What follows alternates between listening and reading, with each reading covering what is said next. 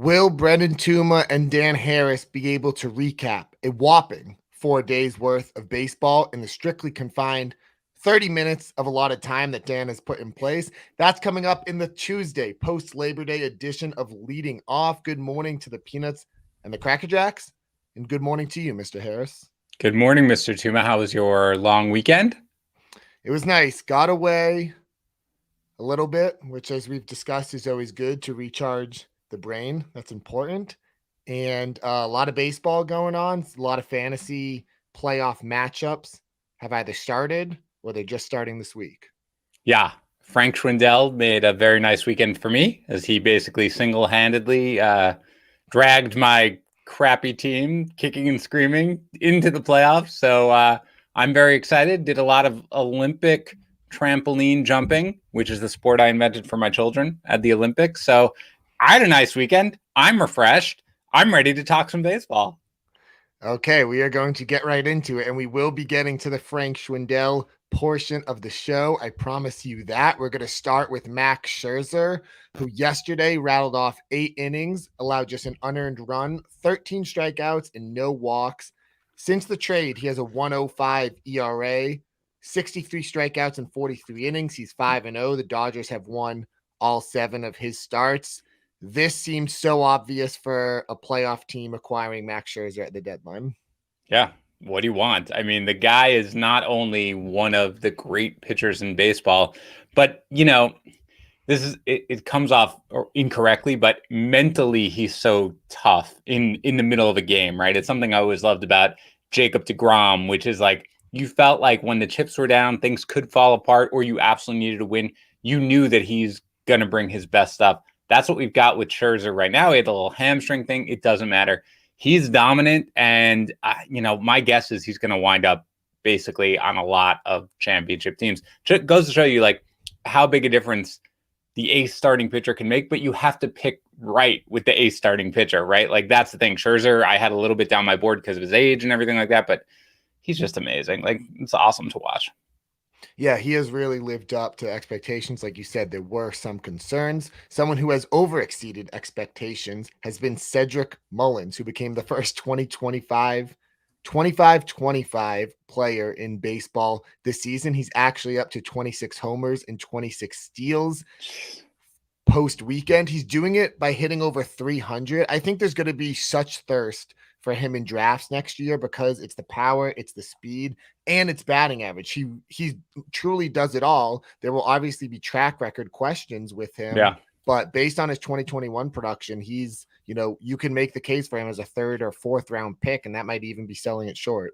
This is going to be really interesting in drafts next year because there are going to be a large swath of people, and it probably going to be, I'm going to be there, which is very difficult for me to buy into like a 26-year-old breakout with no track record of really doing this. And again, his expected batting average right now is just 275, right? Like that's something that you and I are going to look at next year. We're going to harp on that. But he's got speed. I mean, it's not as if he's like, the fastest guy in the majors, but 88th percentile in sprint speed. He's got enough power. Like his average exit velocity is fine. His max exit velocity is fine. It's not totally fluky, but he's going to be really, really one of these guys that brings about a lot of debate next year coming in. I will probably have 0 shares of Cedric Mullins. It's just my guess, but the 25 days are just gone for most players. So this is pretty impressive. Yeah.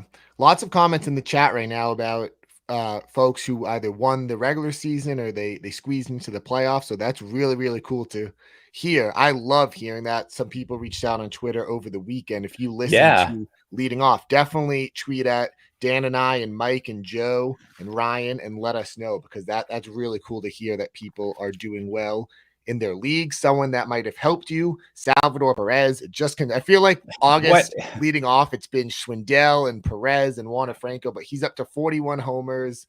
He had 3 homers over the weekend. The Royals have played 137 games this season. How many games has Salvador Perez appeared in? 120.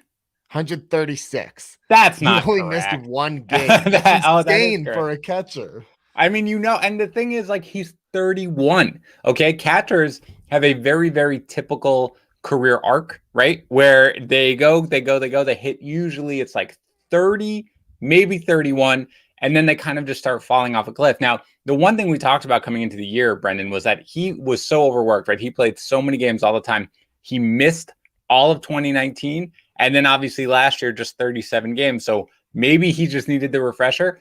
But this is nuts. This is crazy. And again, we talked about it in the league that we were in. Brendan, the guy in first, tried to sell Sal Perez as a keeper for, not a lot of money. Nobody bought it. And he was like, all right, I'm just going to keep going.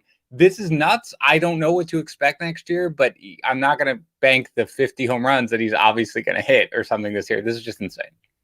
Yeah, it does, scream of someone who might be overdrafted next year. He had 12 home runs in August, man. 12 home runs in August. What does that even mean?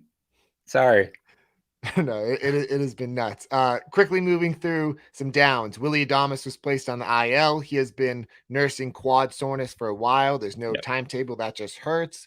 Comes at the worst possible time for fantasy managers. Walker Buehler pitched 3 innings, gave up 6 earned runs in Sunday's loss to the Giants. It's the first time he's given up more than 3 earned runs since May 11th. It sucks, but you still obviously roll Walker Buehler out there. And then finally, the Cardinals bullpen, just maddening. Alex Reyes had a couple of scoreless appearances entering Saturday, but he gave up a walk-off grand slam. Most of those runs were charged to Giovanni Gallegos, though, who ended up allowing 4 in that outing. So there's a lot of these closer situations that kind of have 1 or 2 guys right now. I don't think we have a clear favorite for saves in St. Louis right now. No, Go Cards is in the chat right now. Go Cards can tell us what he thinks. But no, and it's funny, Brendan, again, in a head-to-head league, you have a relief pitcher. Saves matter, certainly in that league. But I had David Bednar in that league who hasn't gotten a save in 7 years at this point, and Gallegos was out there, and I opted to keep Bednar because I was just like, you know what, I'll take the decent. Bednar wound up with a save last night, but I'm just staying away from that entire bullpen. And again, we talked about it. I'd rather go with at least a guy who I feel comfortable is going to get the saves next time, and I at least think is probably not going to absolutely destroy me. So I'm avoiding that entire bullpen rest of the season. Closer situations are so funny because I can spend like a day, even just an hour, and I can feel really good about where things stand, and then it all changes within a day. But a few pitchers who I kind of feel pretty good about are locked into the save opportunities right now. Andrew Kittredge on the Rays. I've gotten a lot of questions about him. He is getting the bulk of save chances in Tampa. And then Carlos Estevez on the Rockies. He got saves on both Friday and Saturday. It seems he has overtaken Daniel Bard for that role, and he is someone who might be widely available. Yes. Some pitching standouts from the weekend. Zach Wheeler bounced back 6 scoreless innings with 9 strikeouts. He had 4 straight non-quality starts, so we like to see that. Hyunjin Ryu, 6 scoreless against the Yankees on Monday. He never let a runner go past second base. He did leave early due to some tightness in the throwing arm, but Ryu's been so inconsistent. I know one of my good friends in a huge matchup benched him because it's Ryu against the Yankees. I don't know. Guys like Wheeler and Ryu, though, you probably want to be starting them, obviously, in the playoffs. First of all, is it Ryu? Because I say Ryu, and I always thought that that's how you pronounce his name. Are you? My buddies tease me all the time. I mispronounce. Oh, very good. All right. I just want to make sure because very good. Everybody, I think it's Ryu, but regardless, this is a couple of funny things about Ryu. Number one, we have obviously a sister site, Betting Pros, and one of the things we have in our app is our bet of the day or the pick of the day. And usually it's it's a bet that's going to, engender a lot of interest anyway. And I made the baseball pick, Brendan, and it was Blue Jays on the money line against the Yankees yesterday, which was good. And a lot of it was fading Tyone with his fly ball percentage and the wind blowing out, which everybody knows I love. But Ryu was somebody who I was basically like, you don't know what we're going to get from Ryu on any given day. Every time you think about fading him, he just comes up with a monstrous start. He was great yesterday. I was watching a lot of that start. He was great. His cutter was fantastic. He was placing it where he is. Ryu is a guy who I've rostered, and I leave out there. And it's not always pretty, and he hasn't had the best season. I think you just leave him out there at this point, assuming that he's healthy, by the way. But, again, because I think he's just as likely to dominate in a start as he is to hurt you. So I don't look at the matchups, just leave him out there. Yeah, so in a roto league over the course of a season, he's that exact type guy. But I had him in a head-to-head points league. Now, it was a 2-start week for him, so I mean, he leave him. But even then, I leave him out there, man. I mean, look, sometimes there are a lot of guys like Eduardo Rodriguez. You don't have to start Eduardo Rodriguez. He hasn't been that good this year. But Brendan, I don't know about you. Like, I've had him in a league, many leagues, I don't know when he's going to be good or when he's going to be terrible. And when I think he's going to be good, he's terrible, and the opposite. So I just kind of leave him out there and close my eyes and don't watch him pitch, you know? Yeah, the Jays have won 5 in a row and 8 of 9. Let's go. Now, meanwhile, the Yankees have lost 3 in a row and 7 of 9. So there's a lot of the playoff races are getting pretty exciting here in September. We're going to pause and we're going to do the Manscaped read. Oh, good. Wonderful. Summer's actually technically not over yet. So you still might be getting in some beach days. You still might be getting outside a lot. You want to make sure you are trimmed and groomed. To do that, you want to use Manscaped. You can get 20% off by using code leading off at manscaped.com. The Lawnmower 4.0 gives you the ability to turn the 4000K LED light on and off when you need a more precise shave. And the new multifunction on-off switch can engage a travel lock, which is perfect for folks who want to travel. Again, this is 20% off and free shipping with code leading off at manscaped.com. That's 20% off and free shipping with code leading off at manscaped.com. Solid. Fun Tuma fact about the pronunciation thing is I actually used to, growing up, had a bit of a speech thing that I was like getting extra classes for and everything. And now here I am hosting podcasts with Mr. Dan Harris. So. And dominating. Don't sell yourself short. Oddly enough, pronunciations, and I get some wrong. Actually, I on the football podcast, I've been saying Mecole Hardman like a bunch, even though it's Mecole Hardman, and it's been bothering me. I try so hard to make sure I'm pronouncing names right. And a lot of it helps because I watch so many games and I hear the announcers, stuff like that. But like, I still don't know if it's Jordan Alvarez or Jordan Alvarez. So there are some things that bug me, but don't worry about it. I just want to make sure I wasn't bad. You can mispronounce all you want. Don't worry about it. Some quick peanuts and the Cracker Jacks shout out. Dr. Glenn is here. It's been a while. So hello, Dr. Glenn. Dr. Glenn. Really excited about that. And some David Bednar talk. I did want to point out, since July, David Bednar has 34 strikeouts in 26 2/3 innings with a 0.68 ERA. So he has been how many saves? Really good. How many saves? Yes, that's the issue. And again, for the most part, we roster these closers for the saves, not for the ratios. And I always bring it up that like I will take terrible ratios if I'm going to come with 7 or 8 saves in a month or anything like that. But this is also sort of where I bet you Bednar is like, people aren't, jumping after Bednar, but this week he has good. He had Detroit and he has another good matchup. Games that the Pirates might actually win. So it's something where you kind of play week to week. Yep. Shohei Ohtani returned from the wrist injury on Friday to start against the Rangers. 7 innings, 2 earned runs, 8 strikeouts, 12 whiffs. He has a 2.97 ERA, which 135 strikeouts and 112 innings. Obviously, he's winning MVP at this point, one of the greatest seasons of all time. Yes, and I will reiterate that I made fun of Joe and our guest Chris Meany on the Baseball Fest for saying that was a good bet. So that's not a good call by me among the many. So yeah, he's phenomenal, fun to watch. Hope it brings fans to baseball. Adrian Hauser had an out of nowhere 9 innings, 0 runs, 7 strikeout start this past weekend. He has a 3.41 ERA. He's pitched better as of late, but he has well under a strikeout per 9 innings. I am personally not chasing this outing. There's too many other interesting pitching options for me. He does get Cleveland next, but again, some people might see that and be like, oh, I'm using him. I'm personally not. I don't know if he's someone that you've looked into at all, Dan, spending your September mornings studying Adrian Hauser. It's not just September mornings. It's usually year round. That's kind of how I spend my time. I have zero interest in Adrian Hauser. We can move on like below a 7K per 9, just not where with a FIP, in the mid 4s and XFIP. No, I'm staying away. On to the hitters. Frank Schwindel.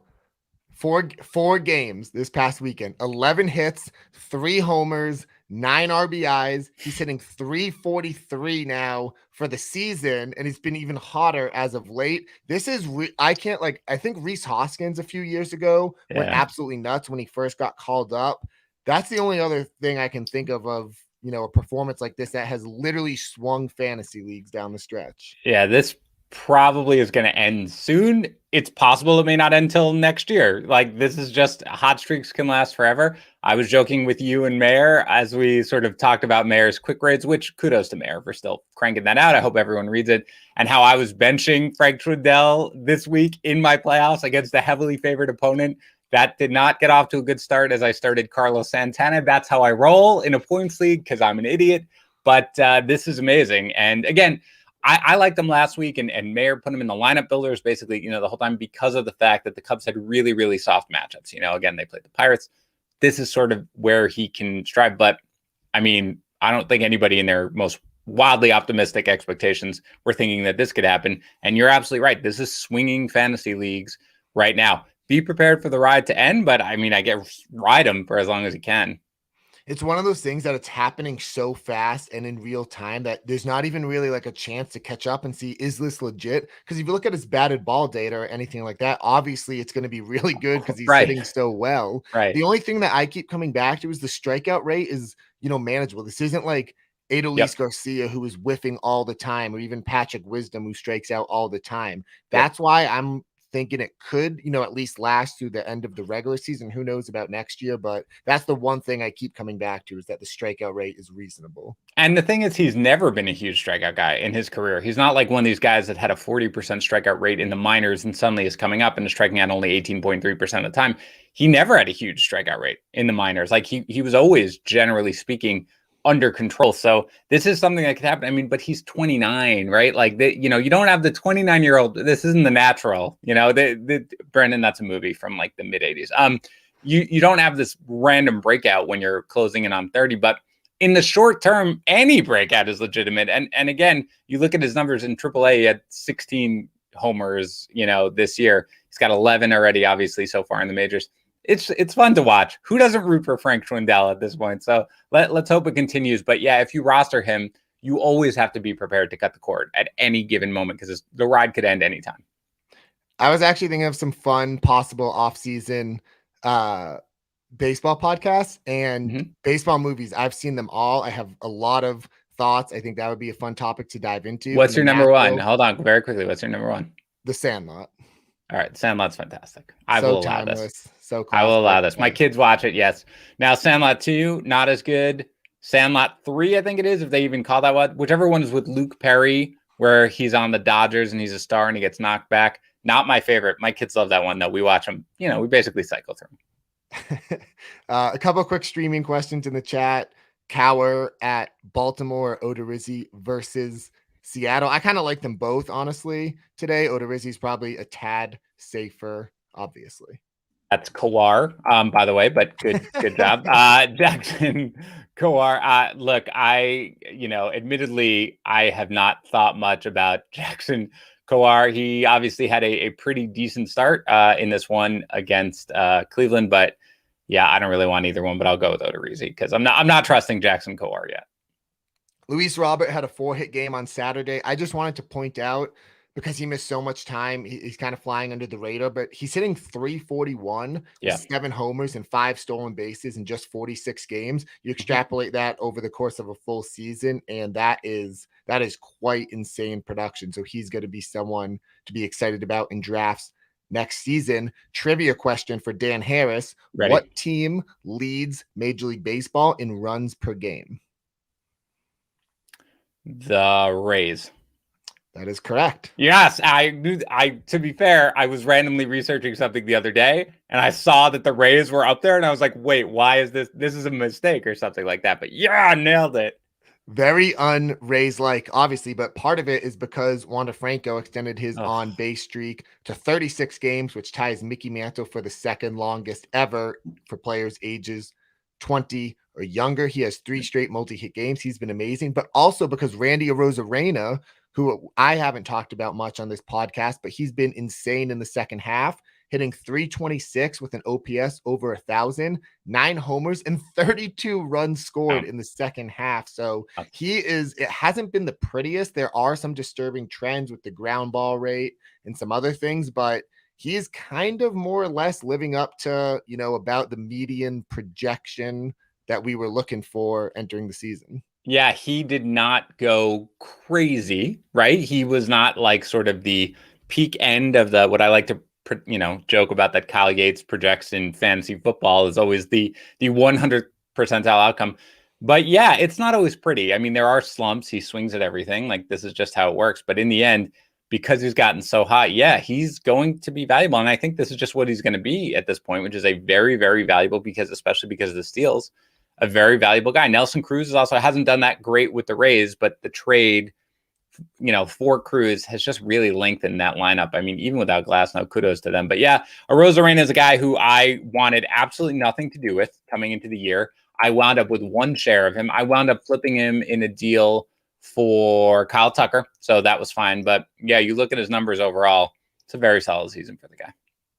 Lots of folks are commenting some of their favorite baseball. I love it. Oh, we could do this anyway. Mine, by the Yeah. way, I will say that my favorite baseball movie, there are a million that are great. Sandlot, of course, is timeless. Major League is absolutely fantastic. That might be up there.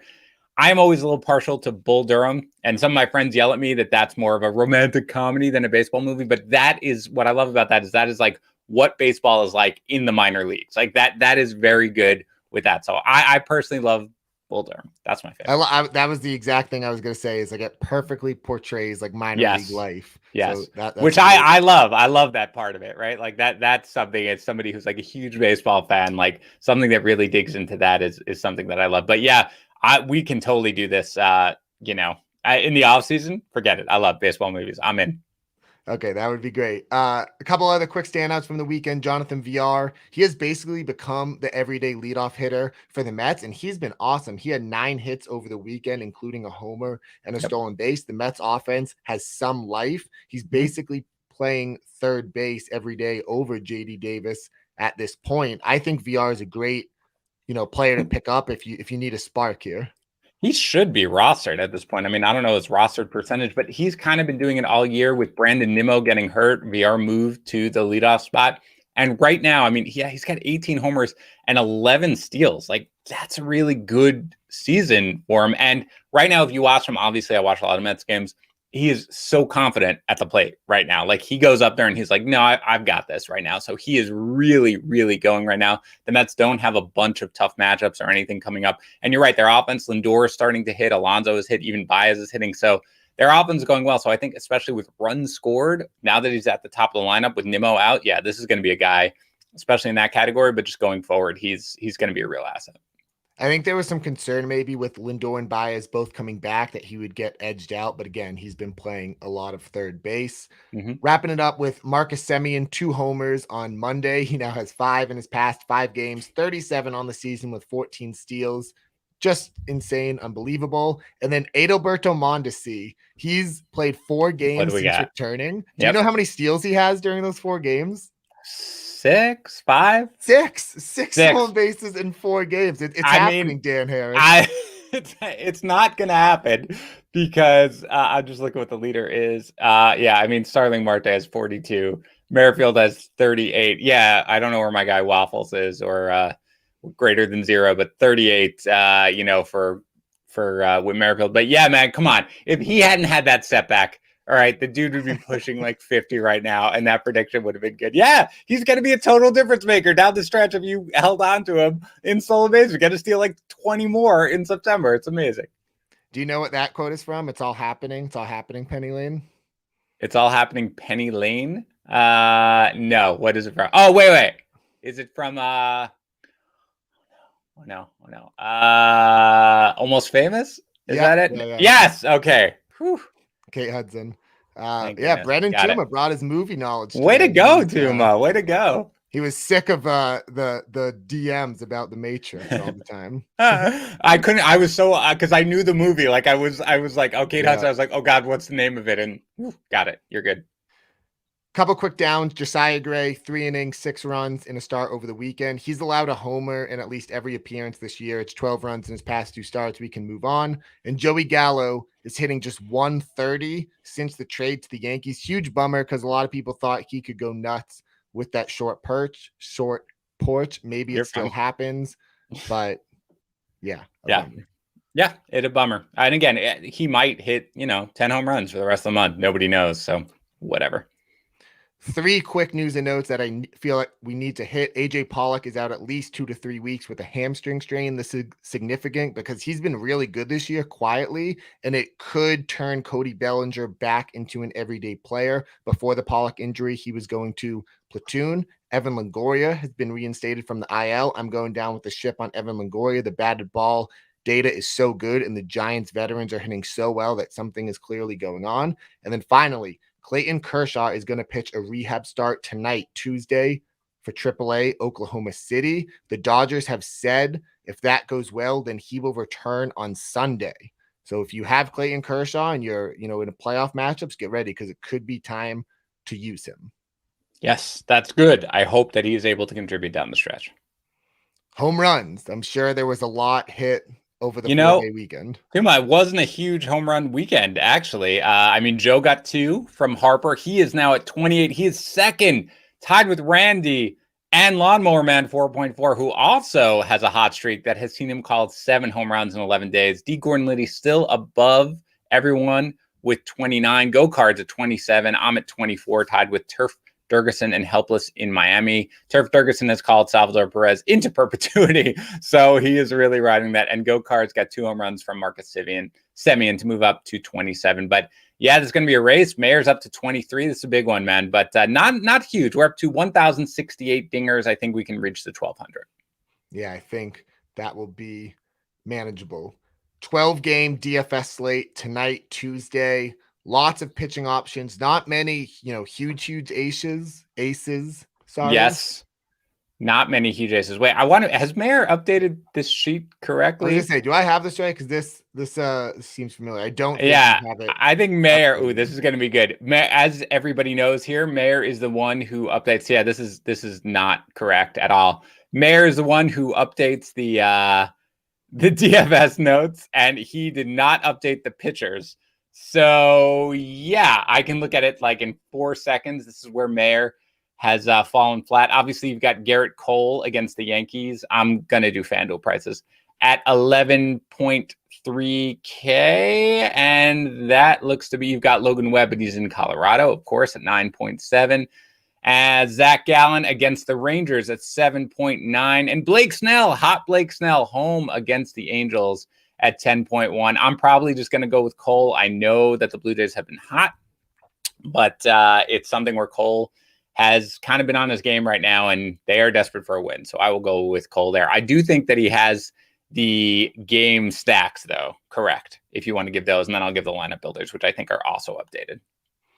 Yeah, Mayer said he was going to be listening in the car today, so you can just. So I hope you are listening to this, Mayer. I hope you're with your wife, and she can really understand just how much you failed right now today. So well done.